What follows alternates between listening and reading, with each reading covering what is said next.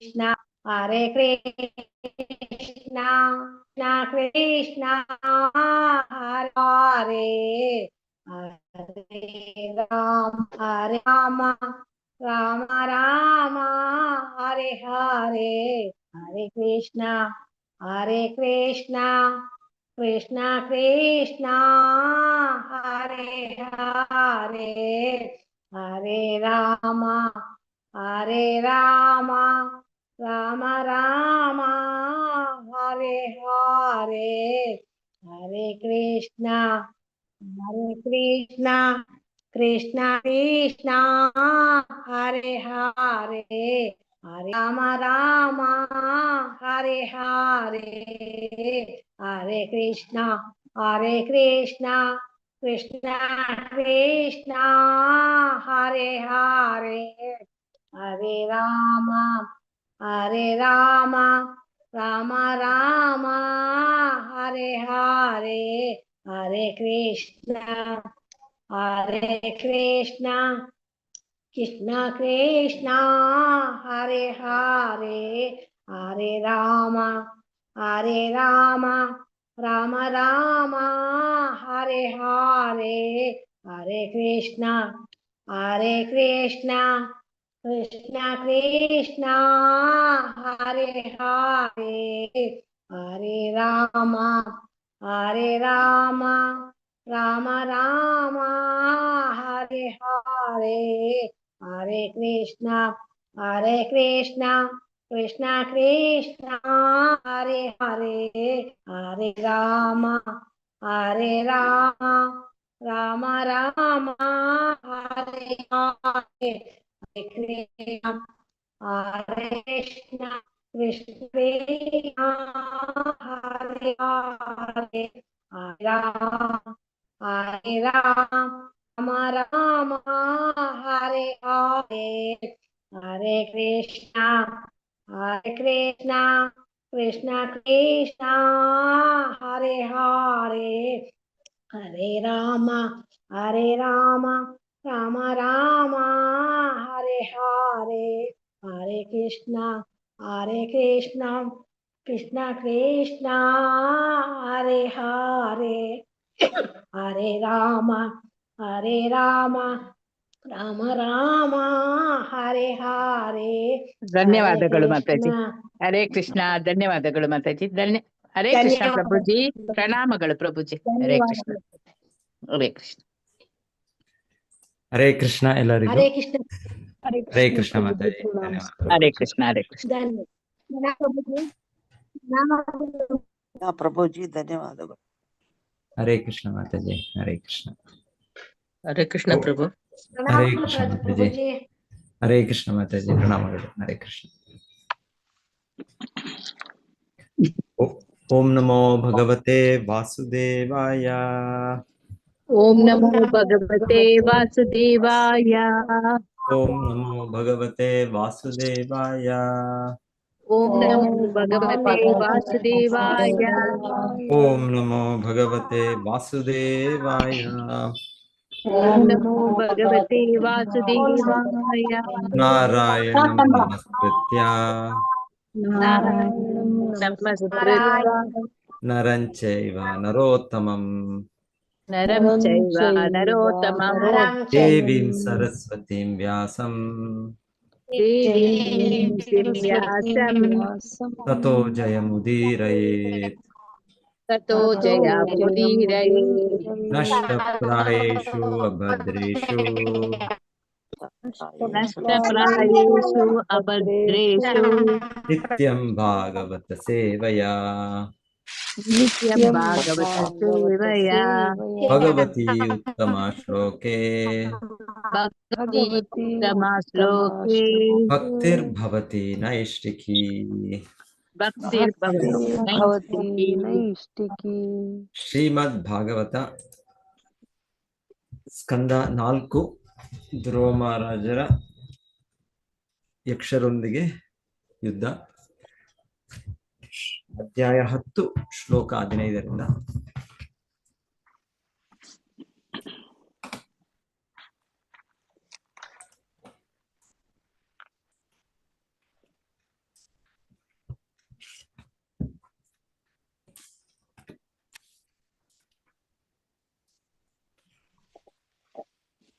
ನದತ್ಸು ಯಾತು ದಾನೇಶು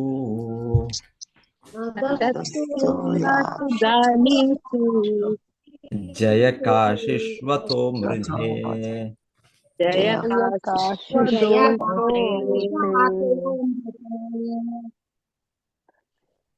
ಉದತಿಷ್ಠದ್ ರತಸ್ತಸ್ಯ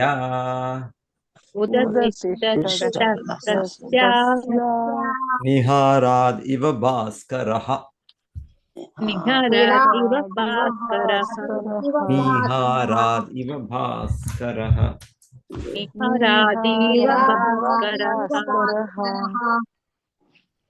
ನದತ್ಸು ಘೋಷಿಸುತ್ತಿದ್ದಾಗ ಘೋಷಿಸುತ್ತಿರುವಾಗ ಯಾತು ಧಾನೇಶು ರಾಕ್ಷಸರಾದ ಯಕ್ಷರು ರಾಕ್ಷಸರಾದ ಯಕ್ಷರು ಅಂದ್ರೆ ಈ ಶ್ಲೋಕ ಓದೋದಾಯ್ತು. ಓದಿ ಈ ಶ್ಲೋಕ, ಯಾರು ಓದ್ತೀರಾ? ಓದಿ ಈ ಶ್ಲೋಕ ಮತ್ತೆ. ಹರೇ ಕೃಷ್ಣ ಪ್ರಭುಜಿ. ನದಸ್ತು ಯಾತು ದಾನೇಶು ಜಯಕೀಶಮೃತೆ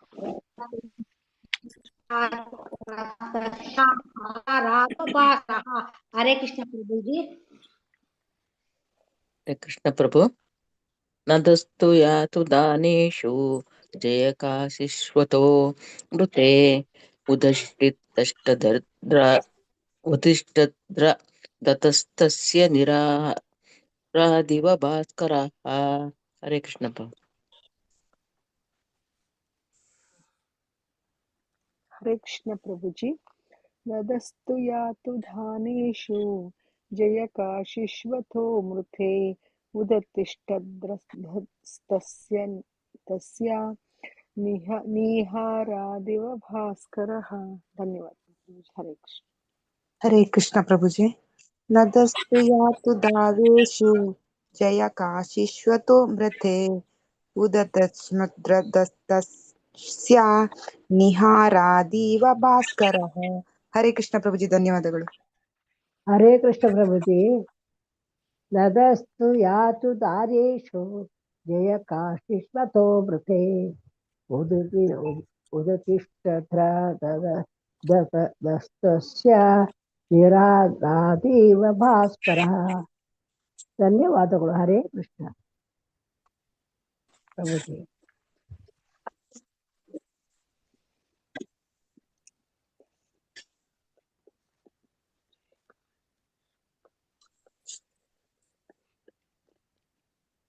ನದತ್ಸು ಘೋಷಿಸುತ್ತಿದ್ದಾಗ ಯಾತು ಧಾನೇಶು ರಾಕ್ಷಸರಾದ ಯಕ್ಷರು ರಾಕ್ಷಸರಾದ ಯಕ್ಷರು ಜಯಕಾಶಿಷು ಜಯಘೋಷವನ್ನು ಮಾಡಲು ಜಯಘೋಷವನ್ನು ಮಾಡಲು ಅಥೋ ಆಗ ಆಗ ಮೃಧೆ ಯುಗದಲ್ಲಿ ಉದತಿಷ್ಠತ್ ಕಾಣಿಸಿಕೊಂಡಿತು ರಥಃ ರಥವು ತಸ್ಯ ಧ್ರುವ ಮಹಾರಾಜನ ನೀಹಾರಾತ್ ಮಂಜಿನಿಂದ ಇವ ಹೇಗೋ ಹಾಗೆ ಭಾಸ್ಕರಃ ಸೂರ್ಯನು. ಅನುವಾದ ಮತ್ತು ಭಾವಾರ್ಥ ಶ್ರೀಲ ಪ್ರಭುಪಾದರಿಗೆ ಜಯ. ತತ್ಕಾಲದಲ್ಲಿ ವಿಜಯಿಗಳಾಗಿದ್ದ ಯಕ್ಷರು ತಾವು ಧ್ರುವ ಮಹಾರಾಜನ ಮೇಲೆ ವಿಜಯವನ್ನು ಸಾಧಿಸಿದರೆಂದೇ ಘೋಷಿಸಿಕೊಳ್ಳತೊಡಗಿದ್ದರು. ಆದರೆ ಆ ಹೊತ್ತಿಗಾಗಲೇ ನೀಹಾರಿಕೆಯ ನಡುವಿನಿಂದ ಒಮ್ಮೆಲೆ ಸೂರ್ಯ ಮೂಡಿ ಬರುವಂತೆ ಧ್ರುವ ಮಹಾರಾಜನ ರಥ ಒಮ್ಮೆಲೆ ಕಾಣಿಸಿಕೊಂಡಿತು. ತತ್ಕಾಲದಲ್ಲಿ ವಿಜಯಿಗಳಾಗಿದ್ದ ಯಕ್ಷರು ತಾವು ಧ್ರುವ ಮಹಾರಾಜನ ಮೇಲೆ ವಿಜಯವನ್ನು ಸಾಧಿಸಿದೆವೆಂದೇ ಘೋಷಿಸಿಕೊಳ್ಳತೊಡಗಿದ್ದರು. ಆದರೆ ಆ ಹೊತ್ತಿಗಾಗಲೇ ನೀಹಾರಿಕೆಯ ನಡುವಿನಿಂದ ಒಮ್ಮೆಲೆ ಸೂರ್ಯ ಮೂಡಿ ಬರುವಂತೆ ಒಮ್ಮೆಲೆ ಸೂರ್ಯ ಮೂಡಿ ಬರುವಂತೆ ಧ್ರುವ ಮಹಾರಾಜನ ರಥ ಧ್ರುವ ಮಹಾರಾಜನ ರಥ ಒಮ್ಮೆಲೆ ಕಾಣಿಸಿಕೊಂಡಿತು. ಒಮ್ಮೆಲೆ ಕಾಣಿಸಿಕೊಂಡಿತು. ಮುರಳೀಧರ್ ಎಪಿ ಪ್ರಭುಜಿ ಓದಿ. ಹರೇ ಕೃಷ್ಣ. ಮುರಳೀಧರ್ ಎಪಿ. ಹರೇ ಕೃಷ್ಣ. ಹರೇ ಕೃಷ್ಣ. ಓದಿ ಮತ್ ಪ್ರಭುಜಿ. ಇಲ್ಲಿ ಹರೇ ಕೃಷ್ಣ ಪ್ರಭುಜಿ. ಭಾವಾರ್ಥ, ಇಲ್ಲಿ ಧ್ರುವ ಮಹಾರಾಜರನ್ನು ಸೂರ್ಯನಿಗೆ ಹೋಲಿಸಲಾಗಿದೆ ಹಾಗೂ ಯಕ್ಷರ ಆ ಮಹಾಸಮೂಹವನ್ನು ಈ ಹಾರಿಕೆಗೆ ಅಥವಾ ದಟ್ಟೈಸಿದ ಮಂಜಿಗೆ ಹೋಲಿಸಿದೆ. ಸೂರ್ಯನಿಗೆ ಹೋಲಿಸಿದಲ್ಲಿ ಮಂಜು ನಿಕೃಷ್ಟವಾದುದು. ಕೆಲವೊಮ್ಮೆ ಸೂರ್ಯನು ಮಂಜಿನಿಂದ ಅದೃಶ್ಯನಾಗಿರುವಂತೆ ಕಂಡರೂ ಸೂರ್ಯನನ್ನು ಯಾವುದೂ ಮರೆಯಾಗಿಸಲಾರದು. ಮೋಡವು ನಮ್ಮ ಕಣ್ಣುಗಳನ್ನು ಮುಚ್ಚಬಹುದು, ಆದರೆ ಸೂರ್ಯನನ್ನಲ್ಲ. ಸೂರ್ಯನಿಗೆ ಹೋಲಿಸುವುದರ ಮೂಲಕ ಎಲ್ಲ ಸಂದರ್ಭಗಳಲ್ಲೂ ಧ್ರುವ ಮಹಾರಾಜರು ಹಿರಿಮೆಯನ್ನು ದೃಢಪಡಿಸಲಾಗಿದೆ. ಹರೇ ಕೃಷ್ಣ ಪ್ರಭುಜಿ. ಹರೇ ಕೃಷ್ಣ ಪ್ರಭು. 16 ಧನುರ್ ವಿಸ್ಫೂರ್ಯ ಜಯನ್ ದಿವ್ಯಂ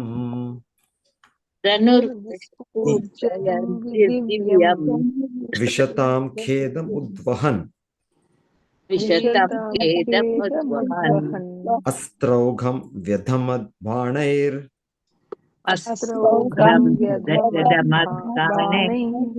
ಘನಾನೀಕಂ ಇವಾನಿಲಃ.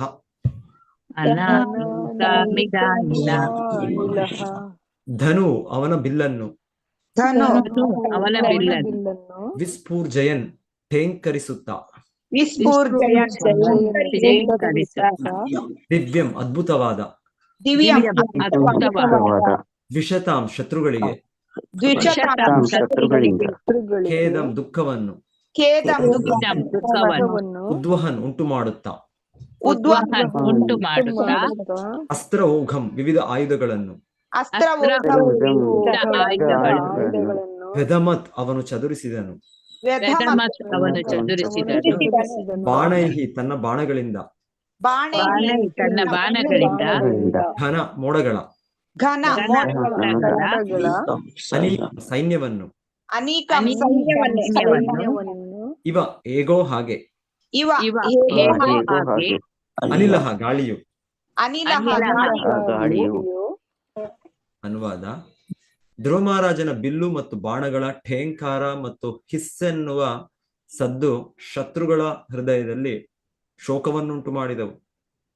ಬೀಸಿ ಬರುವ ಗಾಳಿ ಬಾನಿನಲ್ಲಿ ದಟ್ಟೈಸಿರುವ ಮೋಡಗಳನ್ನು ಚದರಿಸಿ ಬಿಡುವಂತೆ, ಅವನು ಬಿಡುವಿಲ್ಲದಂತೆ ಸುರಿಸಿದ ಬಾಣಗಳು ಅವರ ಬಗೆ ಬಗೆಯಾದ ಆಯುಧಗಳನ್ನು ದಿಕ್ಕಾಪಾಲಾಗಿಸಿ ಬಿಟ್ಟವು.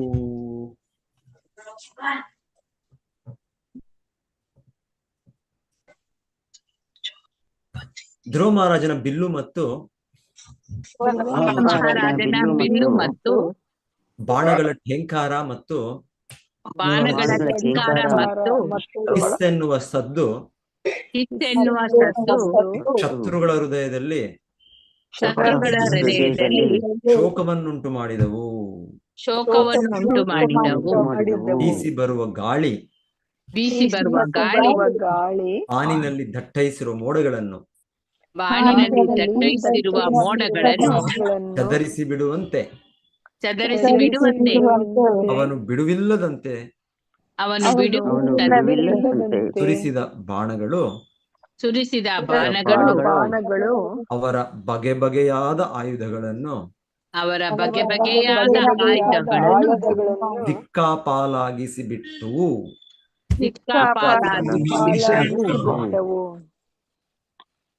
ಶ್ಲೋಕ 17.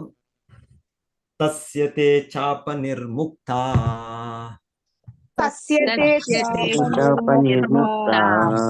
ಭಿತ್ವಾ ವರ್ಮಾಣಿ ರಕ್ಷಸಾಂ ಕಾಯಾನ್ ಆವಿವಿಶುಸ್ತಿಗ್ಮಾ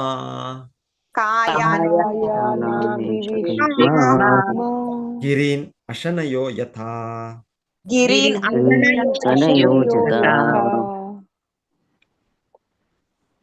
ತಸ್ಯ ಧ್ರುವನ, ತಸ್ಯ ಧ್ರುವನ ತೇ ಆ ಬಾಣಗಳು, ತೇ ತೇ ಆ ಆ ಬಾಣಗಳು ಶಾಪ ಬಾಣಗಳು ಬಿಲ್ಲಿನಿಂದ, ಶಾಪ ಶಾಪ ಬಿಲ್ಲಿನಿಂದ, ಬಿಲ್ಲಿನಿಂದ ನಿರ್ಮುಕ್ತಾಹ ಬಿಡಲ್ಪಟ್ಟ, ನಿರ್ಮುಕ್ತ ನಿರ್ಮುಕ್ತ ಬಿಡಲ್ಪಟ್ಟ, ಭಿತ್ವ ಭೇದಿಸಿ, ಬಿತ್ವ ಬಿತ್ವ ಭೇದಿಸಿ, ವರ್ಮಾಣಿ ಕವಚಗಳನ್ನು, ವರ್ಮಾಣಿ ವರ್ಮಾಣಿ ಕವಚಗಳನ್ನು, ರಕ್ಷಸಾಂ ರಾಕ್ಷಸರ, ರಕ್ಷಸ ರಾಕ್ಷಸರ, ಕಾಯಾನ್ ಶರೀರಗಳನ್ನು, ಕಾಯ ಕಾಯನ್ ಶರೀರಗಳನ್ನು, ಆವಿಭಿಷುಹು ಹೊಕ್ಕವು, ಆವಿ ವಿಷು ಹೊಕ್ಕವು, ತಿಗ್ಮಾಹ ಚೂಪಾದ, ತಿಗ್ಮ ತಿಗ್ಮ ಚೂಪಾದ, ಗಿರಿನ್ ಪರ್ವತಗಳನ್ನು, ಗಿರಿನ್ ಪರ್ವತಗಳನ್ನು, ಅಶನಯ ಸಿಡಿಲುಗಳು, ಅಶನಯ ಸಿಡಿಲುಗಳು, ಯಥಾ ಹೇಗೋ ಹಾಗೆ. ಯಥ ಯಥ ಹೇಗೋ ಹಾಗೆ, ಧ್ರುವ ಮಹಾರಾಜನ ಬಿಲ್ಲಿನಿಂದ ಹೊರಬಿದ್ದ ತೀಕ್ಷ್ಣವಾದ ಬಾಣಗಳು ದೇವೇಂದ್ರನು ಪ್ರಯೋಗಿಸಿದ ವಜ್ರಾಯುಧ ಪರ್ವತಗಳ ಶರೀರವನ್ನು ಛಿದ್ರವಾಗಿಸಿ ಬಿಡುವಂತೆ ಶತ್ರುಗಳ ಕವಚಗಳನ್ನು ಶರೀರಗಳನ್ನು ಭೇದಿಸಿದವು, ಭೇದಿಸಿದವು. ಧ್ರುವ ಮಹಾರಾಜನ ಬಿಲ್ಲಿನಿಂದ ಧ್ರುವ ಮಹಾರಾಜನ ಬಿಲ್ಲಿನಿಂದ ಹೊರಬಿದ್ದ ತೀಕ್ಷ್ಣವಾದ ಬಾಣಗಳು ಹೊರಬಿದ್ದ ತೀಕ್ಷ್ಣವಾದ ಬಾಣಗಳು ದೇವೇಂದ್ರನು ಪ್ರಯೋಗಿಸಿದ ವಜ್ರಾಯುಧ ಪರ್ವತಗಳ ಶರೀರವನ್ನು ಛಿದ್ರವಾಗಿಸಿ ಬಿಡುವಂತೆ ಶತ್ರುಗಳ ಕವಚಗಳನ್ನು ಶರೀರಗಳನ್ನು ಭೇದಿಸಿದವು.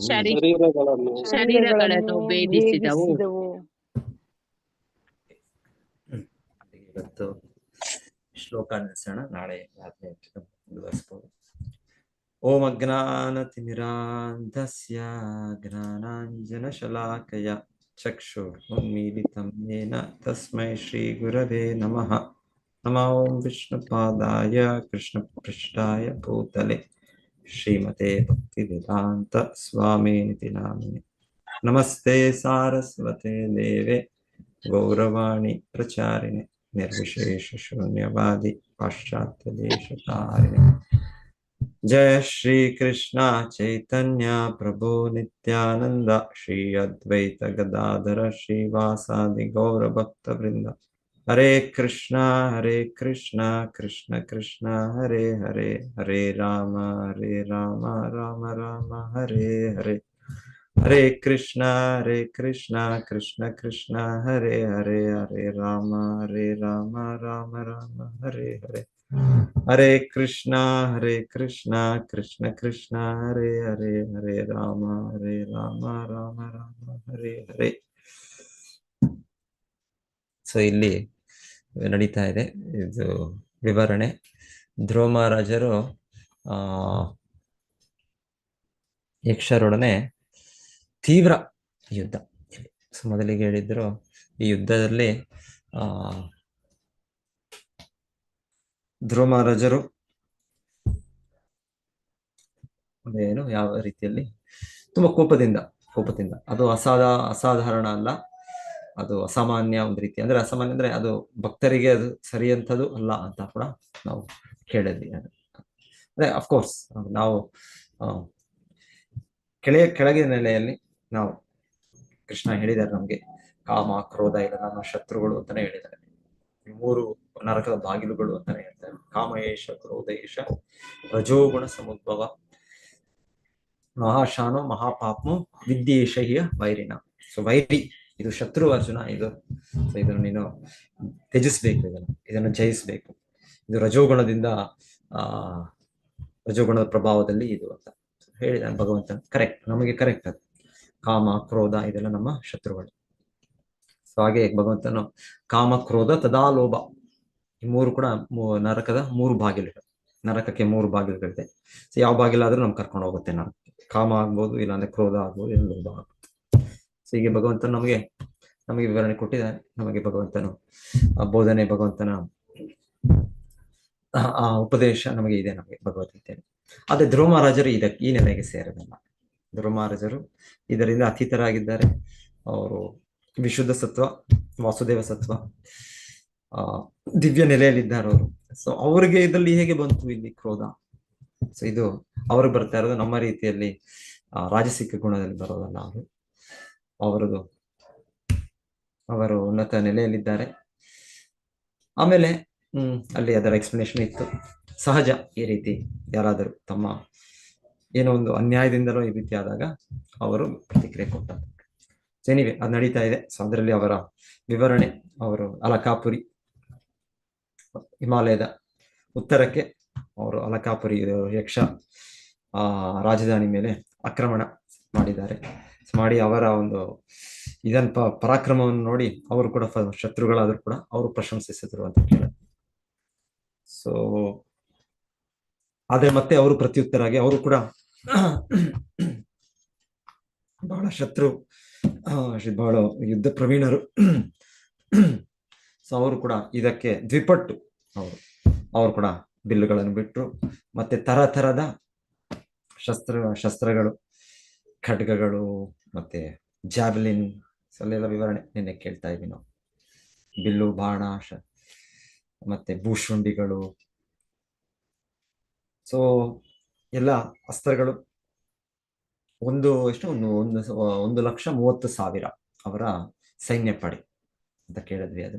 ಸೊ ಅವರೆಲ್ಲರೂ ಕೂಡ ಒಮ್ಮೆಲೆ ಧ್ರುವ ಮಹಾರಾಜನ ಮೇಲೆ ಎಲ್ಲ ಅವರ ಹಸ್ತಗಳನ್ನು ಬಿಟ್ರು. ಸೊ ಅವ್ರು ಅನ್ಕೊಂಡ್ರು ಆಯ್ತು, ನಾವು ಗೆದ್ದು ಬಿಟ್ವಿ, ಜಯ ಜಯ ಜಯ ಆಯ್ತು, ನಾವು ಗೆದ್ದು ಬಿಟ್ವಿ. ಸೊ ಇಲ್ಲಿ ಹೇಳ್ತಾ ಇದ್ದಾರೆ, ಇಲ್ಲ, ಅವರಿಗೆ ತಾತ್ಕಾಲಿಕವಾಗಿ ಆ ರೀತಿ ಮನೋಭಾವನೆ ಇರ್ಬೋದು, ಅವರು ಜಯಿಸ್ಬಿಟ್ರು ಅಂತ. ಆದ್ರೆ ಇಲ್ಲ, ಅವರ ಈ ಯುದ್ಧವನ್ನು ವೀಕ್ಷಿಸ್ಲಿಕ್ಕೆ ಸಿದ್ಧಲೋಕದಿಂದ ಸಿದ್ಧರು ಮತ್ತೆ ದೇವತೆಗಳು ಅವರೆಲ್ಲರೂ ಕೂಡ ನೆಲೆಸಿದ್ದರು. ಅವರು ನೋಡ್ತಾ ಇದ್ದಾರೆ, ಧ್ರುವ ಮಹಾರಾಜರು ಏನ್ ಮಾಡ್ತಾರೆ ಈಗ, ಹೇಗೆ ಈ ಸನ್ನಿವೇಶದಲ್ಲಿ ಅವರು ಇದನ್ನ ಎದುರಿಸ್ತಾರೆ, ಇದನ್ನ ನೋಡ್ಬೇಕು ಎಲ್ಲರೂ ಕೂಡ. ಅವರೆಲ್ಲ ಚಟುವಟಿಕೆ ದಿವ್ಯವೇ. ಕೃಷ್ಣನು ಹೇಗೆ ಜನ್ಮ ಕರ್ಮ ಚಮೇ ದಿವ್ಯಂ, ಭಗವಂತನ ಚಟುವಟಿಕೆಗಳು ದಿವ್ಯವಾಗಿರುತ್ತೋ ಹಾಗೆ ಅವನ ಶುದ್ಧ ಭಕ್ತರ ಚಟುವಟಿಕೆಗಳು. ಈಶಾನುಕತ ಭಾಗವತದಲ್ಲಿ 10 ವಿಷಯಗಳಲ್ಲಿ ಈಶಾನುಕತ ಭಗವಂತನ ಲೀಲೆಗಳು, ಹಾಗೆ ಭಗವಂತನ ಸಂಬಂಧಪಟ್ಟ ಶುದ್ಧ ಭಕ್ತರ ಲೀಲೆಗಳು. ಇದು ಒಂದು ವಿಷಯ, 10 ವಿಷಯದಲ್ಲಿ ಒಂದು ವಿಷಯ ಈಶಾನುಕತ. ಧ್ರುವ ಮಹಾರಾಜರ ಚರಿತ್ರೆ ಕೇಳ್ತಾ ಇದ್ದೀನಿ. ಧ್ರುವ ಮಹಾರಾಜರು ಅವರು ಕೂಡ ಅವ್ರಿಗೂ ಒಂದು ಸೆಕೆಂಡ್ ಅವರು ಕೂಡ ಏನೋ ಇದಾಯ್ತೇನೋ, ಭಯ ಆಯ್ತೇನೋ. ಆದರೂ ನಂತರ ಇಲ್ಲಿ ಹೇಳ್ತಾ ಇರೋದಿಲ್ಲಿ ನಿಹಾರಾದ್ ಇವ ಭಾಸ್ಕರ. ನಿಹಾರಾದ್ ಇವ ಭಾಸ್ಕರ ಅಂದ್ರೆ, ಭಾಸ್ಕರ ಅಂದ್ರೆ ಸೂರ್ಯ, ನಿಹಾರ ಅಂದ್ರೆ ಮಂಜು. ಮಂಜು ಬರುತ್ತೆ, ಚಳಿಗಾಲದಲ್ಲಿ ಬರುತ್ತೆ. ಹೆಚ್ಚಾಗಿ ಚಳಿಗಾಲದಲ್ಲಿ ಎಲ್ಲ ಆಕಾಶವನ್ನ ರಾತ್ರಿ ಹೊತ್ತು ಕವಿದ್ ಬಿಡುತ್ತೆ. ಮತ್ತೆ ಬೆಳಿಗ್ಗೆ ಸೂರ್ಯ ಅಸ್ತ ಆದ್ರೂ ಕೂಡ ಒಂದು ರೀತಿಯಲ್ಲಿ ಸ್ಟಾರ್ಟಿಂಗ್ ಅಲ್ಲಿ ಸ್ವಲ್ಪ ಅಷ್ಟು ಮಂಜಿರುತ್ತೆ. ಪರ್ಟಿಕ್ಯುಲರ್ ರಾತ್ರಿ ಹೊತ್ತು 4 ಗಂಟೆ 5 ಗಂಟೆ ಹಾಗೆ ತುಂಬಾ ಮಂಜಿರುತ್ತೆ. ಸೊ ಇದಕ್ಕೆ ನಮ್ಮ ಒಂದು ಪ್ರಯತ್ನದಿಂದ ಏನಿದೆ ಅದು. ಸೊ ಇದು ಮಂಜು ಎಷ್ಟು ಇರ್ಬೋದು, ಅಷ್ಟು ಕವಿದಿರ್ಬೋದು, ಅಷ್ಟು ದಟ್ಟವಾಗಿರ್ಬೋದು. ಅಷ್ಟು ದಟ್ಟವಾಗಿದ್ರು ಕೂಡ ಸೂರ್ಯ ಬಂದಾಗ, ಇವಾಗ ನಾವು ಕೆಲವು ಜನ ನೋಡಿರ್ಬೋದು, ನೀವು ಸೂರ್ಯ ಉದಯವಾದಾಗ ಅನುಭವ ಇರುತ್ತೆ ನಿಮ್ಗೆ, ಹೇಗೆ ಮಂಜನ್ನೋದು ಕರಗಿ ಹೋಗ್ಬಿಡುತ್ತೆ. ನಾವ್ ಎಲ್ಲಿದ್ರು ನಾವು ನೋಡ್ತೀವಿ, ಇದು ಅನುಭವ ಇದೆ. ದಟ್ಟ ಮಂಜು, ಆದ್ರೆ ಆ ಸೂರ್ಯ ಉದಯ ಆದಾಗ ಎಲ್ಲ ಕರಗಿ ಹೋಗುತ್ತೆ. ಹೀಗೆ ಸೂರ್ಯ ಬಂದಾಗ ಆಯ್ತು, ಎಲ್ಲ ಮಂಜು ಎಷ್ಟು ಇದಾಗಿದ್ರು ಕೂಡ, ಅದು ಎಷ್ಟು ಒಂದು ಇದಿದ್ರು ಕೂಡ ಸೂರ್ಯನ ಮುಂದೆ ಅದರ ಇದು ಇಲ್ಲ. ಸೊ ಇಲ್ಲಿ ಹೋಲಿಕೆ ಮಾಡ್ತಾ ಇರೋದು ಇವರೆಲ್ಲ ಹಾಗೆ. ಯಾರು? ಯಕ್ಷದ 1,30,000 ಸೈನ್ಯ ಪಡೆ, ಅವರ ಆಯುಧಗಳು, ಅವರಿಗೂ ಕಲಿತ ವಿದ್ಯೆ ಎಲ್ಲವೂ ಕೂಡ ಕುಶಲವಾಗಿರ್ಬೋದು. ಆದರೆ ಧ್ರುವನ ಮುಂದೆ ಅದು ಹೇಗೆ, ಅದು ಕೇವಲ ಒಂದು ಮಂಜು ಸೂರ್ಯನ ಎದುರು. ಮಂಜು ಯಾವಾಗವರೆಗೂ ಅದರ ಮಹತ್ವ ಇದೆ, ಯಾವಾಗ ಸೂರ್ಯ ಇಲ್ಲ ಅದರ ಮಹತ್ವ ಇದೆ. ಸೊ ಅವಾಗ ಮಂಜು ಏನು ಕಾಣೋದಿಲ್ಲ ಮುಂದೆ, ನಮ್ಗೆ ಕೆಲವು ಅಡಿಗಳೇ ಮುಂದೆನೆ ಕಾಣೋದಿಲ್ಲ. ಎಲ್ಲ ಏನ್ ನಡಿಬೇಕಂದ್ರು, ಏನ್ ಹೋಗ್ಬೇಕಂದ್ರೆ ಹೆದ್ದಾರಿಗಳಲ್ಲೂ ಕೂಡ ಇದು ತೀವ್ರವಾದ ಒಂದು ಹೆಡ್ಲೈಟ್ ಅದನ್ನ ಹಾಕಿ ಅದು ಹೋಗ್ಬೇಕು. ಇಲ್ಲಾಂದ್ರೆ ಮುಂದೆ ಗಾಡಿ ಯಾವ್ದು ಬರ್ತದೆ ಕಾಣೋದಿಲ್ಲ. ಕೆಲವು ನನ್ನ ಇದು ಕೂಡ ಏನು ಅಷ್ಟು ಇದಾಗಿರುತ್ತೆ, ರೈಲು ಇದು ಚಲನೆ ಆಗ್ಬೋದು, ಇನ್ನೊಂದು ಆಗ್ಬೋದು, ಏನು ಕೂಡ ಆಗೋದಿಲ್ಲ.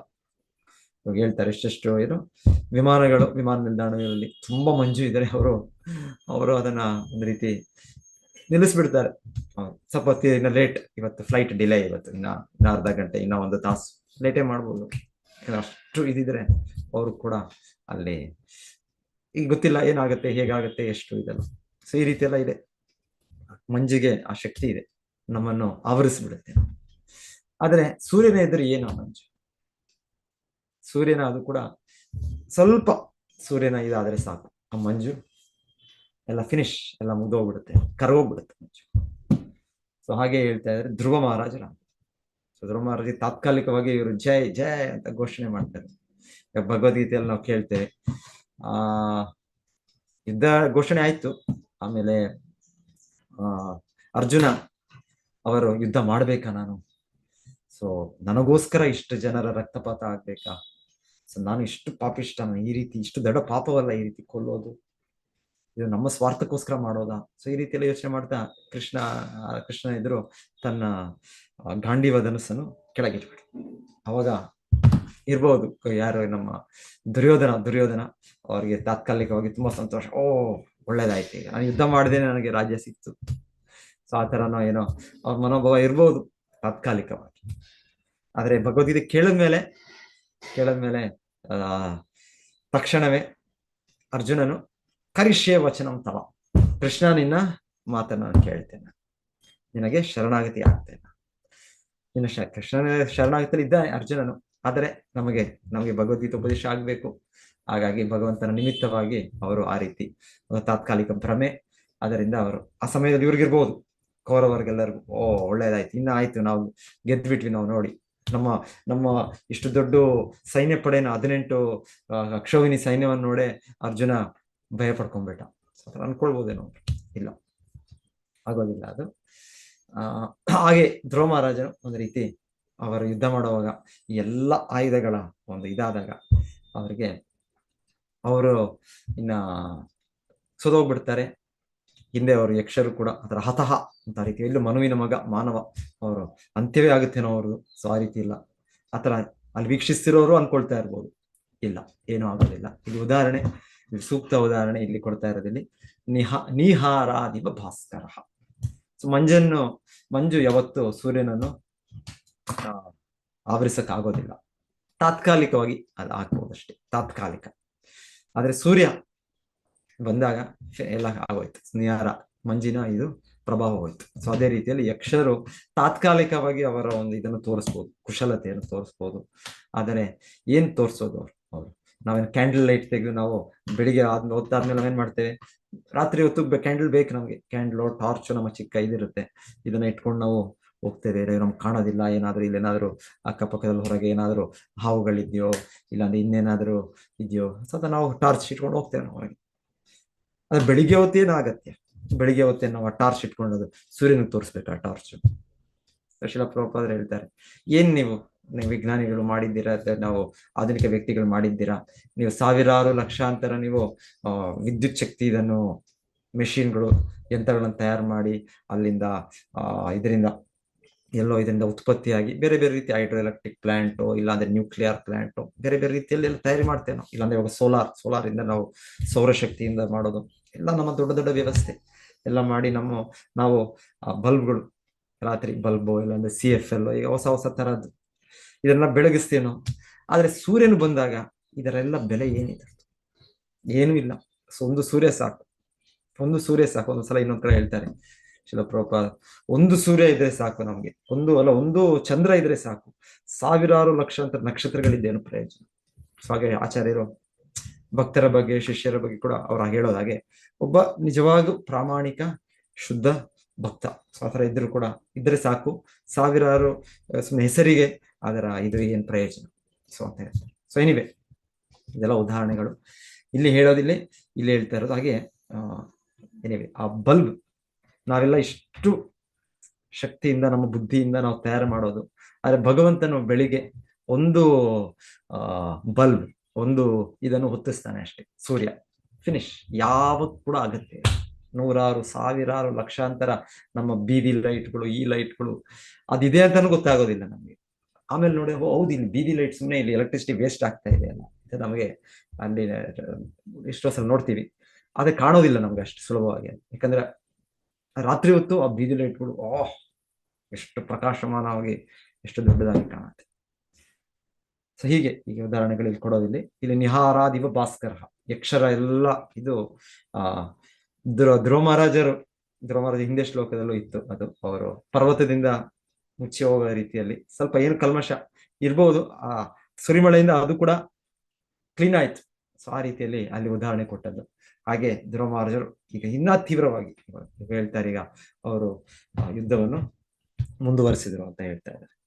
ಸೊ ಹೇಳ್ತಾ ಇದ್ದಾರೆ ಅವರ ಬಿಲ್ಲು ಬಾಣಗಳು ಅದು ಅದರ ಶಬ್ದದಿಂದಲೇ, ಅಜೇಂಕಾರದಿಂದಲೇ ಅವರ ಹೃದಯಗಳಲ್ಲಿ ಹೇಗೆ ಭಗವದ್ಗೀತೆಯಲ್ಲಿ ನಾವು ಕೇಳಿದ್ವಿ, ಅರ್ಜುನನ ಕೃಷ್ಣನ ಇದರಿಂದ ಶಂಕನಾದಿಂದ ಅವ್ರಿಗೆ ಹೃದಯ ವ್ಯಧಾರಯತ್, ಹೃದಯವು ಇದಾಯ್ತು, ಕಂಪನವಾಯ್ತು. ಅದೇ ರೀತಿಯಲ್ಲಿ ಇಲ್ಲಿ ಹೇಳ್ತಾ ಇದ್ದಾರೆ ಇವರ ಒಂದು ಇದರಿಂದ ಶಬ್ದದಿಂದ. ಮತ್ತೆ ಒಬ್ಬರೇ ಸತತವಾಗಿ ಅವರ ಸುರಿಮಳೆ ರೀತಿಯಲ್ಲಿ ಅವ್ರದ್ದು ಬರ್ತಾ ಇದೆ. ಇಲ್ಲಿ ಉದಾಹರಣೆಗೆ ಇನ್ನೊಂದು ಕೊಡ್ತಾ ಇರೋದು, ಹೇಗೆ ಒಂದು ಚಂಡಮಾರುತ ಬಂದಾಗ, ಇಲ್ಲಾಂದ್ರೆ ಗಾಳಿಯ ಬೀಸುವಾಗ ಎಲ್ಲ ಮೇಘಗಳು, ಎಲ್ಲ ಮೋಡಗಳು ಅದು ಚದರಿ ಹೋಗ್ತವೆ ಇರ್ಬೋದು. ಒಂದ್ಸಲ ಅನ್ಸುತ್ತೆ ಈಗ ಮಳೆ ಬರುತ್ತೆ, ಈಗೆಲ್ಲ ಸೇರ್ಬಿಟ್ಟಿದೆ ಅಂತ. ಆದ್ರೆ ಸೇರಿದೆ ಮೋಡಗಳು, ಆದರೆ ಅದಕ್ಕಿಂತ ಶಕ್ತಿಯುಳ್ಳ ಗಾಳಿ ಇದೆ. ಸೊ ಗಾಳಿ ಬೇಕು ಅಂದ್ರೆ ಆ ವಾಯು ಅದು ಬೀಸಿದಾಗ ಅದೆಲ್ಲವೂ ಬೇರೆ ಬೇರೆ ಆಗುತ್ತೆ. ಒಂದ್ಸಲ ಅನ್ಸುತ್ತೆ ಇವತ್ತು ಮಳೆ ಖಂಡಿತ ತುಂಬಾ ಜೋರಾಗಿ ಬರುತ್ತೆ ಮಳೆ. ಆದ್ರೆ ಕೆಲವು ಸಮಯ ನೋಡಿ ಇಲ್ಲ, ಎಲ್ಲ ಮೋಡಗಳು ಹೋಗ್ಬಿಟ್ಟಿದೆ. ಯಾಕೆ ಹೋಗ್ಬಿಟ್ಟಿದೆ? ಅಲ್ಲಿ ಗಾಳಿ ಅದನ್ನ ಬೇರೆ ಬೇರೆ ಮಾಡಿದೆ. ಸೊ ಅದು ಗಾಳಿಯ ಒಂದು ಶಕ್ತಿ.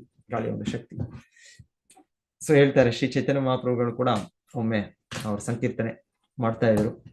ಜಗನ್ನಾಥ್ ಪುರಿಯಲ್ಲೋ ನವದ್ವೀಪಲ್ಲೋ ಗೊತ್ತಿಲ್ಲ ನಂಗೆ ಇಲ್ಲಿ ಅಂತ.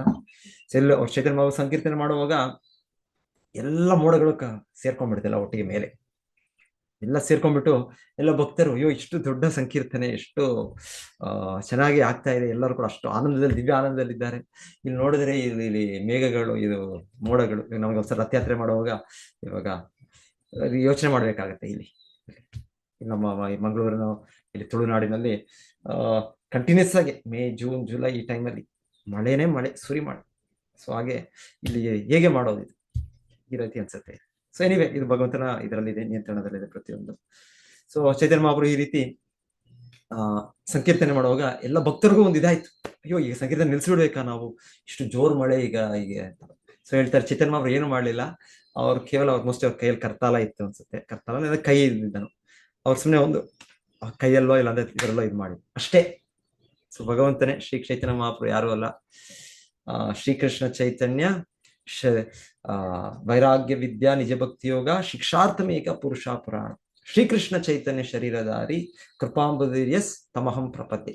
ಶ್ರೀಕೃಷ್ಣ ಚೈತನ್ಯ ಅವರು ಶ್ರೀಕೃಷ್ಣ ಚೈತನ್ಯವಾಗಿ ಬಂದಿದ್ದಾರೆ. ಸೊ ಅವರು ಮಾಡಿದ್ದೆ ಇದೆಲ್ಲ ಏನಿದೆ ಮೋಡಗಳು ಎಲ್ಲ ಕೂಡ ಚದುರೋಯ್ತು. ಮತ್ತೆ ಕ್ಲಿಯರ್ ಸ್ಕೈ ಮತ್ತೆ ಮೇಲಿರುವ ಇದು ಆಕಾಶ ಏನು ಇಲ್ಲ, ಇನ್ನೇನು ಯಾವ ಮಳೆ ಇಲ್ಲ, ಎಲ್ಲೋಯ್ತು. ಭಗವಂತನ ಇಚ್ಛೆ, ಭಗವಂತನ ಸಂಕಲ್ಪದಿಂದಲೇ ಅದು ಸೃಷ್ಟಿ ಆಗುವಂಥದ್ದು. ಹಾಗೆ ಚೈತನ್ಯ ಮಹಾಪ್ರಭು ಇಚ್ಛೆ ಪಟ್ಟರೆ ಎಲ್ಲ ಮೋಡಗಳು ಒಂದೇ ಕ್ಷಣಕ್ಕೆ, ಒಂದೇ ಸೆಕೆಂಡಿಗೆ, ಸ್ಪ್ಲಿಟ್ ಸೆಕೆಂಡಿಗೆ ದೂರ ಆಗುವಂಥದ್ದು. ಸೊ ಹೀಗೆ ಇಲ್ಲಿ ಹೇಳ್ತಾ ಇದ್ದಾರೆ ಇವರ ಪರಾಕ್ರಮ, ಧ್ರುವ ಮಹಾರಾಜರ ಪರಾಕ್ರಮ ಅಂದ್ರೆ ಮೋಡಗಳು ಆ ಗಾಳಿ ಬೀಸಿದಾಗ ಅದೆಲ್ಲವೂ ಸೇರಿದ್ರು ಕೂಡ ಇನ್ನೇನ್ ಮಳೆ ಬರ್ಬೇಕಿನ ಎಲ್ಲರೂ ಕೂಡ ಎಲ್ಲ ನಮ್ಮ ಟಿವಿಯಲ್ಲಿ ಬ್ರಾಡ್ಕಾಸ್ಟ್ ಇನ್ನೊಂದೆಲ್ಲ ಎಲ್ಲ ಹೇಳ್ತಾರೆ ತೀವ್ರ ಮಳೆ, ಈಗ ಇನ್ನ 24 ಗಂಟೆ, ಇನ್ನ 48 ಗಂಟೆ ತುಂಬಾ ಮಳೆ. ನಮ್ಮ ಇದರಲ್ಲಿ ಮಂಗಳೂರು, ಉಡುಪಿಯೆಲ್ಲ ಏನ್ ಮಾಡ್ತಾರೆ, ಇಲ್ಲಿ ಅನೌನ್ಸ್ ಮಾಡ್ಬಿಡ್ತಾರೆ ಒಂದೊಂದ್ಸಲ ನಾಳೆ ರಜೆ ಮಕ್ಕಳಿಗೆ, ಶಾಲೆಗೆ, ಕಾಲೇಜಿಗೆಲ್ಲ ರಜೆ, ಯಾಕಂದ್ರೆ ಅಷ್ಟು ಜೋರ್ ಮಳೆ ಇದೆ, ಮಕ್ಕಳಿಗೆ ಎಲ್ಲ ಕಷ್ಟ ಆಗುತ್ತೆ. ನೋಡಿದ್ರೆ ನೆಕ್ಸ್ಟ್ ಡೇ ಮಳೆನೇ ಬರೋದಿಲ್ಲ. ಇದು ನಮ್ಮ ಕಂಟ್ರೋಲ್ ಅಲ್ಲಿ ಇಲ್ಲ, ನಮ್ಮ ಸ್ಯಾಟಲೈಟ್ ಅಲ್ಲಿ ನಾವು ನೋಡಿ, ನಾವು ಇದು ಮಾಡಿ ನಮ್ಮ ಇದ್ರಲ್ಲಿ ಇರ್ಬೋದು.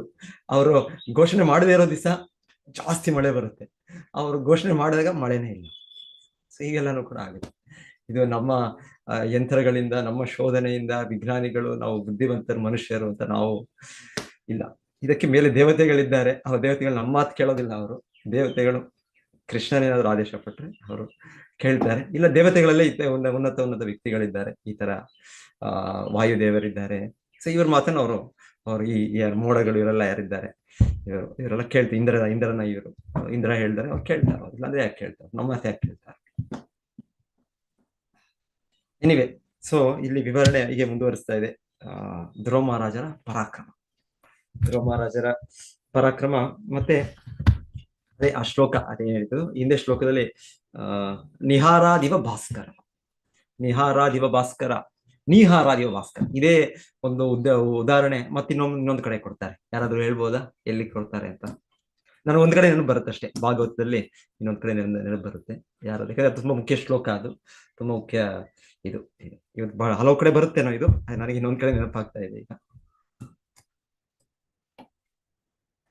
ಕೇಚಿತ್ ಕೇವಲಯಾ ಭಕ್ತ್ಯಾ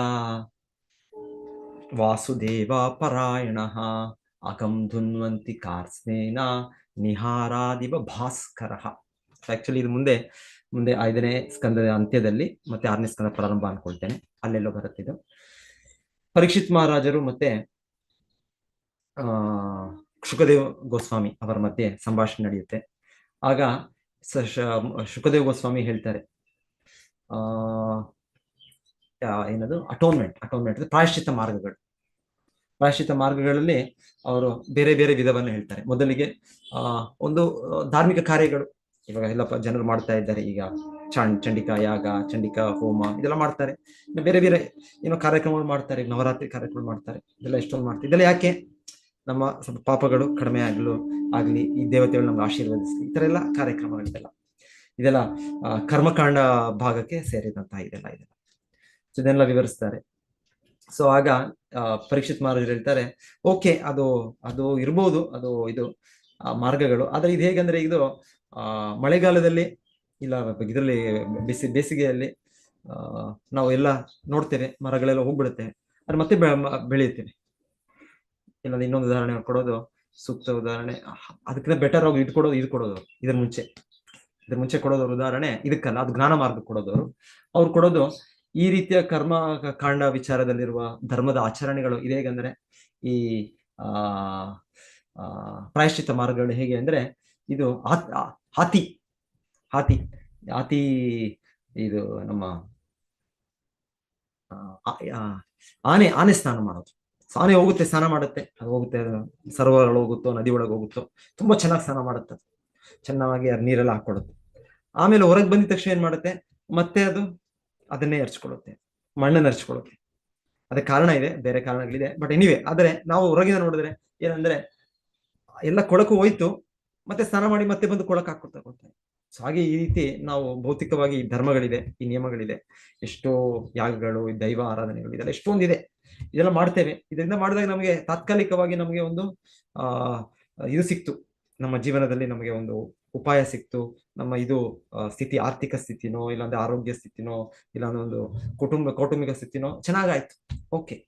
ಆದ್ರೆ ಮತ್ತೆ ನಮ್ಮಲ್ಲಿ ನಾವು ಪಾಪ ಮಾಡುವ ಒಂದು ಏನಿಟ್ಕೊಂಡಿದೆ ನಮ್ಮಲ್ಲಿ ಆ ಒಂದು ಪಾಪ ಪ್ರವೃತ್ತಿ ಇದೆ, ಅದು ನಮ್ಮಲ್ಲೇ ಇದೆ.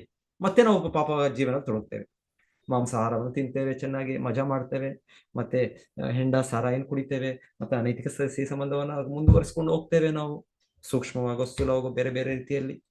ಸೊ ಇದೆಲ್ಲವನ್ನು ನಾವು ಈ ಪಾಪದ ಪ್ರವೃತ್ತಿಯನ್ನು ಬಿಡೋದಿಲ್ಲ, ನಾವು ಮತ್ತೆ ಮಾಡ್ತೇವೆ ನಾವು.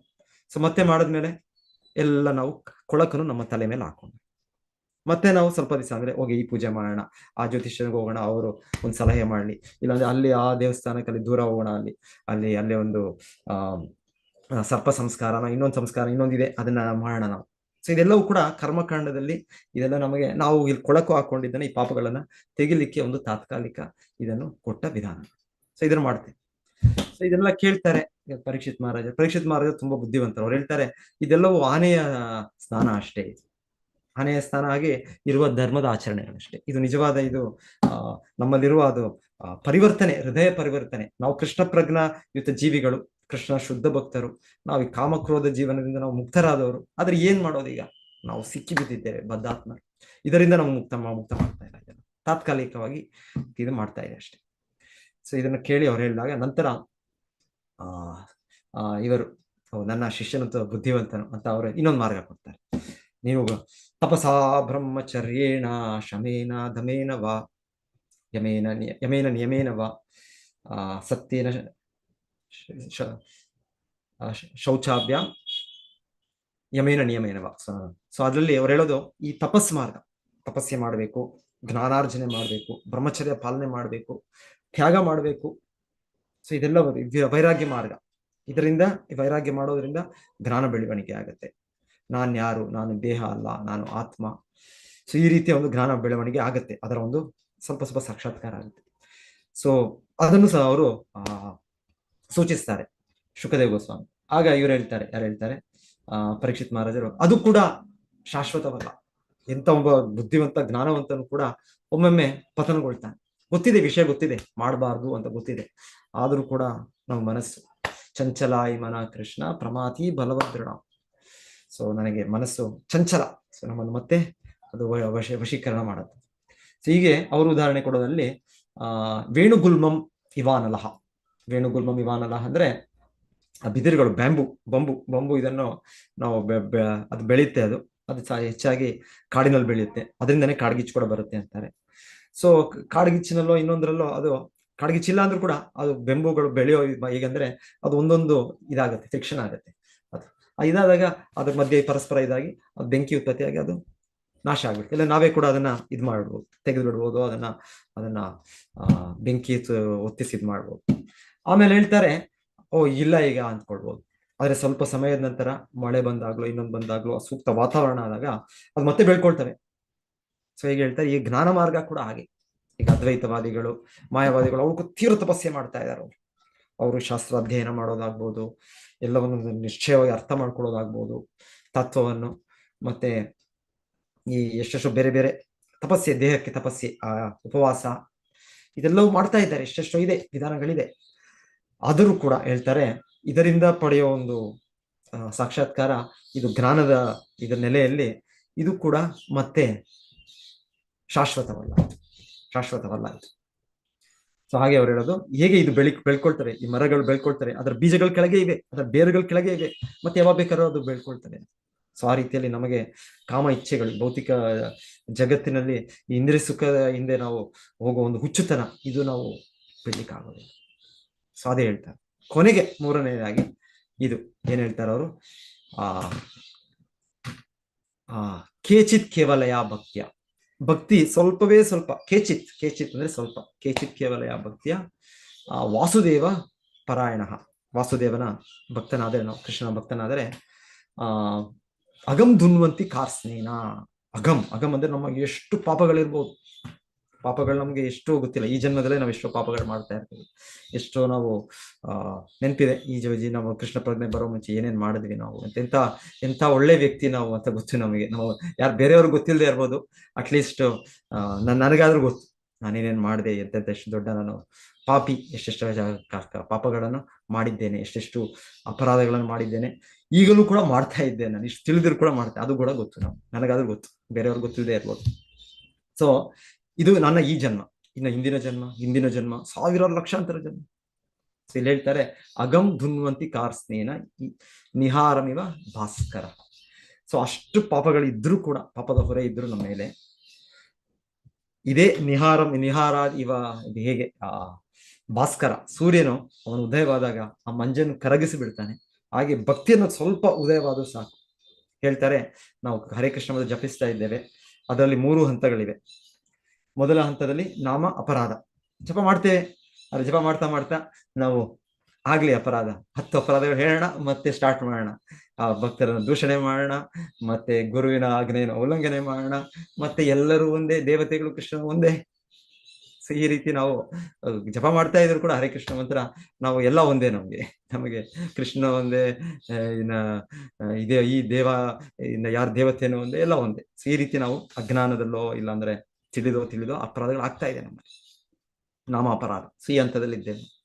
ಸೊ ಈ ಹಂತವನ್ನು ನಾವು ಕ್ರಾಸ್ ಮಾಡಿ, ಇದನ್ನು ದಾಟಿ ಮತ್ತೆ 2ನೇ ಹಂತ ಇದೆ ನಾಮಾಭಾಸ, 3ನೇ ಹಂತ ಇದೆ ಶುದ್ಧ ನಾಮ. ಸೊ ಹರಿದಾಸ್ ಠಾಕೂರ್ ಅವರು ಮಾಡ್ತಾ ಇದ್ರು ಶುದ್ಧ ನಾಮ, ಸತತವಾಗಿ ಅವ್ರು ನಾಲ್ಗೆ ಬಿಟ್ಟು ಭಗವಂತ ನಾಮ ಹೋಗೋದೇ ಇಲ್ಲ.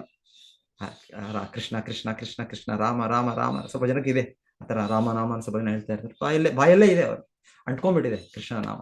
ಕೃಷ್ಣ ಅಲ್ಲಿಂದ ಹೋಗೋದಿಲ್ಲ. ಅದು ಶುದ್ಧ ನಾಮ 3rd ಸ್ಟೇಜ್. ಸೊ ನಾವು ಅದಕ್ಕೆ ಹೋಗೋದು ಬೇಡ. ಸೊ ಹೇಳ್ತಾರೆ, ನಾವು 2nd ಸ್ಟೇಜ್ಗೆ ಬಂದ್ರೆ ಸಾಕು, 2ನೇ ಹಂತ ನಾಮ ಅಪರಾಧದಿಂದ ನಾಮಾಭಾಸ. ಸೊ ಅಲ್ಲಿಗೆ ಬಂದ್ರೆ ಸಾಕು, ನಮಗೆ ಹೇಗೆ ಸೂರ್ಯನು ಉದಯವಾದಾಗ ಎಲ್ಲ ಮಂಜು ಕರಗೋಗ್ಬಿಡ್ತವೆ. ನಿಹಾರಂ ಇವ ಭಾಸ್ಕರ, ಎಲ್ಲ ನಮ್ಮ ಪಾಪಗಳು ಹೋಗ್ಬಿಡ್ತವೆ. ಸೊ ಇದು ನಿಜವಾದ ಪರಿಹಾರ. ನಮ್ಮ ಭೌತಿಕ ಜಗತ್ತಿನಿಂದ ನಮಗೆ ಪರಿಹಾರ ಇದು. ಸೊ ನಮಗೆ ಶುಕಮುನಿಗಳು ಭಾಗವತವು ಮತ್ತೆ ಮತ್ತೆ ನಮಗೆ ಇದು ತಿಳಿಸ್ಕೊಡುವಂಥದ್ದು. ಇಲ್ಲಿ ನಾನು ಇನ್ನೊಂದು ನೋಡ್ತಾ ಇದ್ದೆ, ಇಲ್ಲಿ ಕೆಲವು ಶ್ಲೋಕಗಳಲ್ಲಿ ಶುಕಮದೇವ ಗೋಸ್ವಾಮಿ ಎಷ್ಟು ಅವರ ನೋಡಿ ಈ ಯುದ್ಧದ ಒಂದು ವಿವರಣೆ ಮಾಡ್ತಾ ಇದ್ದಾರೆ. ಮೈತ್ರೇಯರು ಹೇಳ್ತಾ ಇರೋದು ವಿದುರರಿಗೆ. ಸೊ ಅವ್ರೇನ್ ಹೇಳ್ತಾ ಇದ್ದಾರೆ, ಹಿಂದೆ ಶುಕಮುನಿಗಳು ಸೂತ ಗೋಸ್ವಾಮಿಯರು ಇವರಿಗೆ ಹೇಳಿದ್ದು, ಯಾರಿಗೆ ಹೇಳಿದ್ದು, ಸನಕ ಆದಿ ಋಷಿಗಳಿಗೆ. ಅವ್ರೇನ್ ಹೇಳಿದ್ದು, ಶುಕಮುನಿಗಳು ಪರೀಕ್ಷಿತ್ ಮಹಾರಾಜರಿಗೆ ಹೇಳಿದ್ದು. ಸೊ ಇದು ಹೀಗೆ ನಡೀತಾ ಇದೆ. ಸೊ ಅವರ ಒಂದು ಇದನ್ನು ನೋಡ್ಬೋದು ನೀವು, ಅವರು ಎಷ್ಟು ಅವರು ಇಲ್ಲಿ ಯುದ್ಧದ ವಿವರಣೆ ಆದ್ರೆ ಎಷ್ಟು ಚೆನ್ನಾಗಿ ಅವರು ಒಂದೊಂದು ಶ್ಲೋಕನ ನೋಡಿ, ಶ್ಲೋಕ 10ರಿಂದ ನೋಡಿ ನೀವು, 10ರಿಂದ ಶ್ಲೋಕ ನೋಡಿದ್ರೆ ಮೊದಲಿಗೆ ಅವರು ಅವತರಣೆ ಕೊಟ್ಟಿದ್ದು ಪಾದಸ್ಪರ್ಶ ಇವೋರಗ ಉರಗ ಅಂದ್ರೆ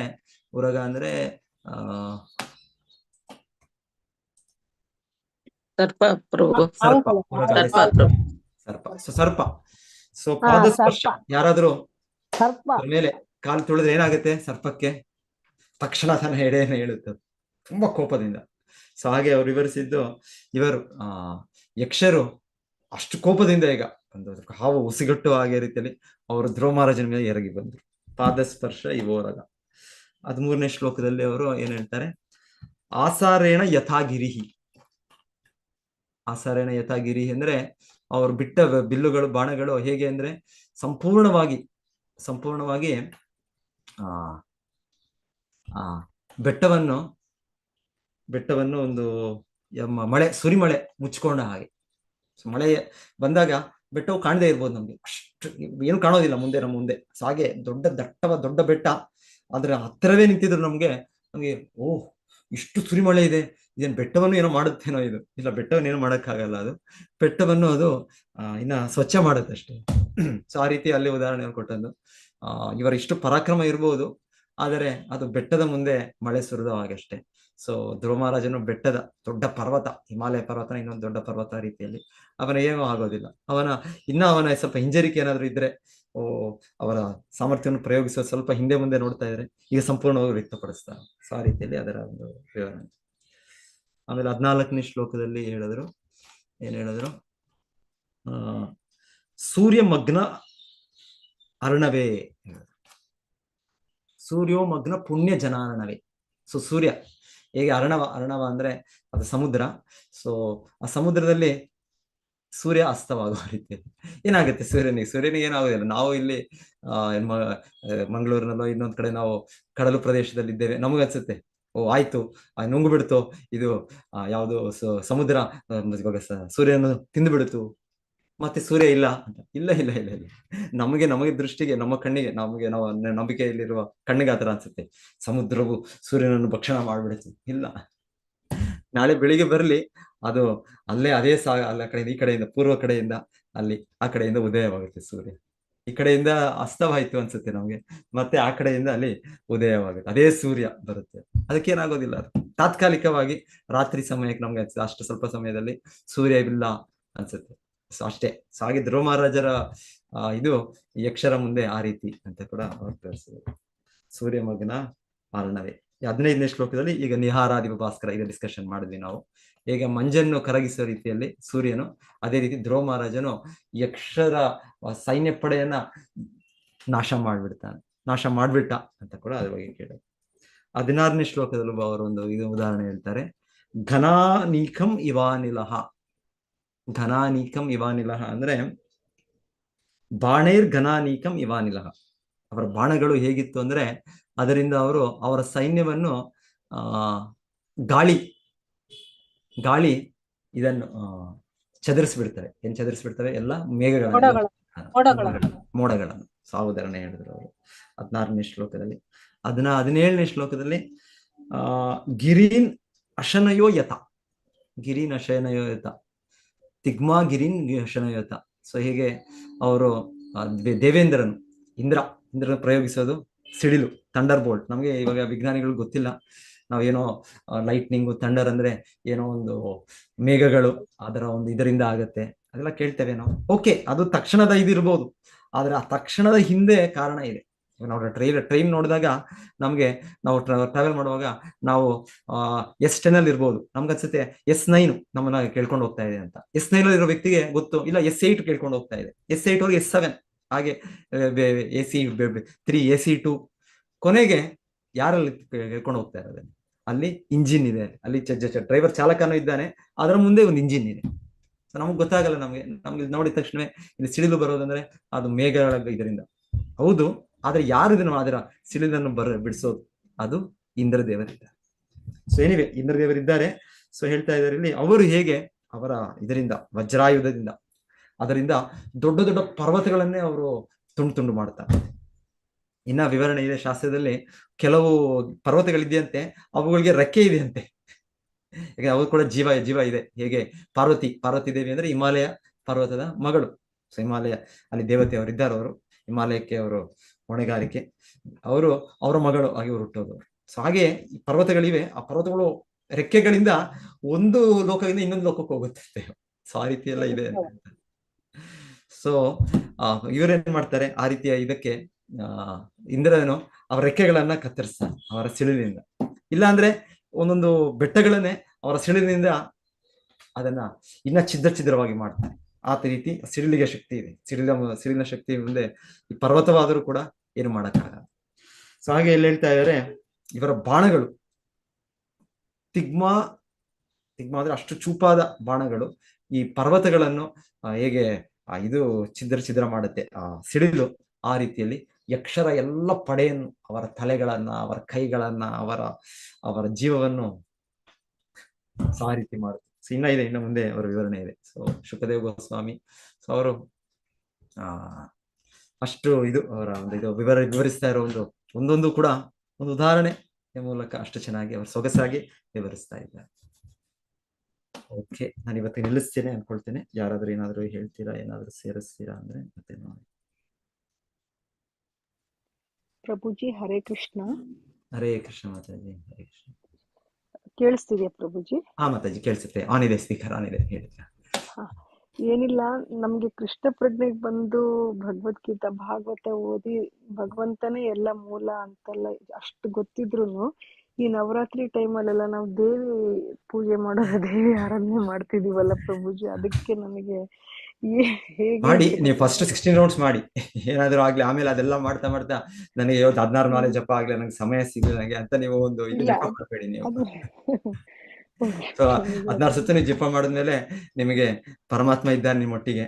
ಸೊ ನಿಮ್ಮ ಸನ್ನಿವೇಶದಲ್ಲಿ ನಿಮ್ಮ ಒಂದು ಕಷ್ಟಗಳು ಅವನಿಗೆ ಗೊತ್ತು. ನಿಮ್ಮ ಕುಟುಂಬದಲ್ಲಿ ಇರೋ ಒಂದು ವಾತಾವರಣನೋ, ಇಲ್ಲ ಅಂದ್ರೆ ನಿಮ್ಮ ಒಂದು ಎಲ್ಲವೂ ನಮಗ್ ಗೊತ್ತಿಲ್ಲ. ನಾವು ಸುಮ್ನೆ ಡ್ರೈ ಆಗಿ ನಾವು ಏನೋ ತಿಳಿದದ್ದು ಏನೋ ಒಂದು ಜನರಿಗೆ ನಮಗೆ ಗೊತ್ತು ಅನ್ನೋ ರೀತಿಯಲ್ಲಿ ನಾವು ಹೇಳ್ತೇವೆ ಅಷ್ಟೇ. ನಾವು ಇನ್ನೇನು ನಮಗೆ ನಿಮ್ಮ ಅಲ್ಲಿ ವಾಸ್ತವಿಕ ನಿಮ್ಮ ಸ್ಥಿತಿ ನಮಗ್ ಗೊತ್ತಿಲ್ಲ.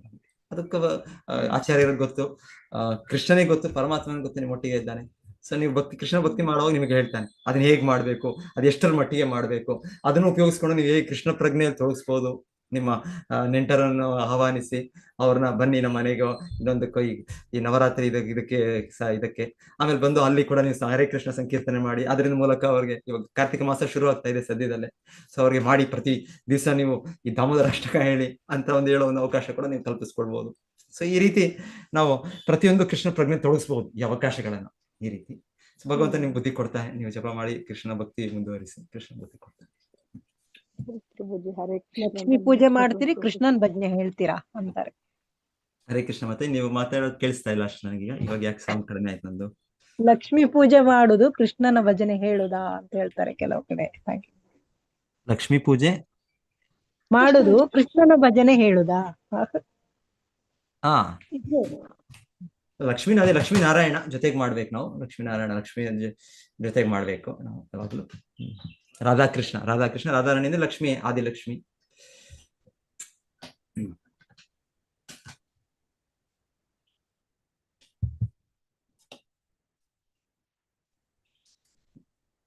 ಧನ್ಯವಾದಗಳು.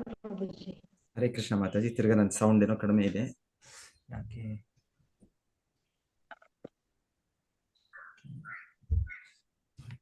ಧನ್ಯವಾದಗಳು. ಧನ್ಯವಾದಗಳು ಮಾತಾಜಿ. ಹರೇ ಕೃಷ್ಣ. ಎಲ್ಲರಿಗೂ ಧನ್ಯವಾದಗಳು. ಗುರುಜಿ, ಹರೇ ಕೃಷ್ಣ ಪ್ರಭುಜಿ, ಧನ್ಯವಾದಗಳು. ಗುರುಜಿ ಹೇಳಿ ಮಾತಾಜಿ. ಆ ಹೇಳಿ ಜಯಲಕ್ಷ್ಮಿ ಇದು ಮಾತಾಜಿ. ನಾವು ಭಜನೆ ಮಾಡುವಾಗ ಎಲ್ಲ ಹಾ. ದೇವರ ಹೆಸರು ಇರ್ತದೆ. ಹ್ಮ್ ರಾಧಾ, ಕೃಷ್ಣ, ಹ್ಮ್. ರಾಮ, ಹ್ಮ್. ಸರ್ವ ದೇವರ ಹೆಸರು ಇರ್ತದೆ ಅದ್ರಲ್ಲಿ. ಹಾಗಿರುವಾಗ ಎಲ್ಲ ದೇವರಿಗೆ ಹೇಳಿದಾಗಲ್ವಾ ಭಜನೆಯಲ್ಲಿ? ಯಾವ್ದು ಮಾತಾಜಿ ಹೇಳಿ ಹೇಳಿ. ರಾಮ. ದೇವರ ಹಾ. ಭಜನೆ ಮಾಡುವಾಗ ಹಾ, ಎಲ್ಲ ಹಾ. ಹೆಸರು ಇರ್ತದೆ, ಎಲ್ಲ ದೇವರ ಹೆಸರು ಇರ್ತದೆ. ದೇವತೆಗಳು ನೀವು ಹೇಳೋದು ಗಣಪತಿ.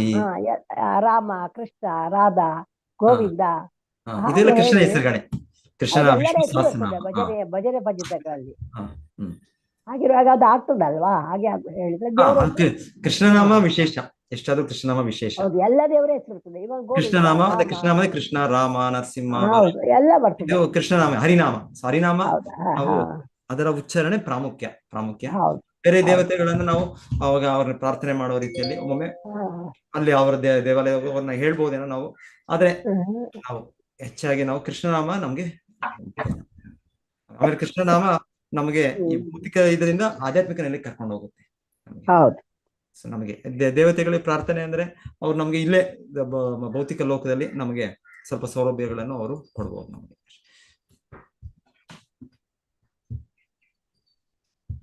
ಹರೇ ಕೃಷ್ಣ ಪ್ರಭುಜಿ.